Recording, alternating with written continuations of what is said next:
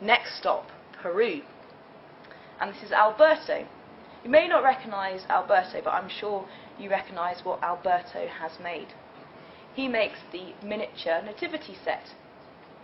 He lives and works in Lima in Peru, and he works for our partner Manos, Amigas, and he's been working with them for the last 15 years. His ceramics are top quality, and he runs a very efficient workshop. The miniature nativity figures really are miniature. They're very, very small.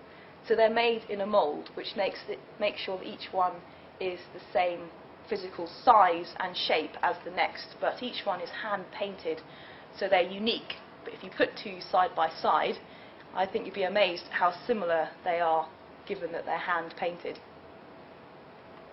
The figures are packed in a little matchbox, which is great for shipping. You just don't get any breakages because they're very nicely packed, but it also doubles up as an attractive gift packet and makes a cute stocking filler because the little matchbox turns into a stable too. That's a lovely little product, and it's been really successful for Alberto.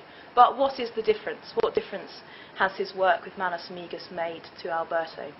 Yes, he has sold a lot of miniature nativity sets, but the difference has been much wider than that.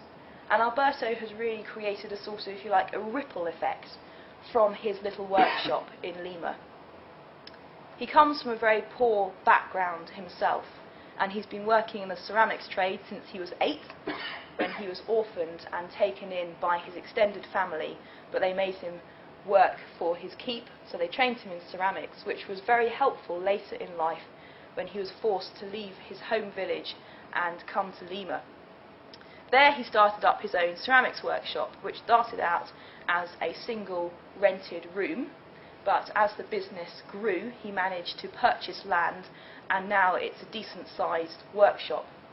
Although he does still sleep in his own workshop, he hasn't kept all of his profit for himself and his own family. He has shared what he has.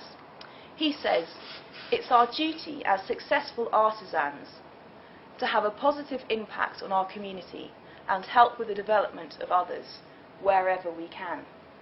So Alberto hasn't forgotten his little home village, and he often goes back there and sees what he can do to help. So recently he donated some family land to a community health project. When he went back and visited a local high school, he gave some bicycles as prizes to some of the students there. And when he's looking for people to employ in his workshop in Lima, he looks for those who most need the work. So at the moment he's got 2 ladies working for him that come from the slums. He also gives work to students as part-time jobs and other ladies who would otherwise be reduced to quite menial tasks. So Alberto is a brilliant example of how our help from Created in the West has enabled him to pass that help on to others and create that ripple effect.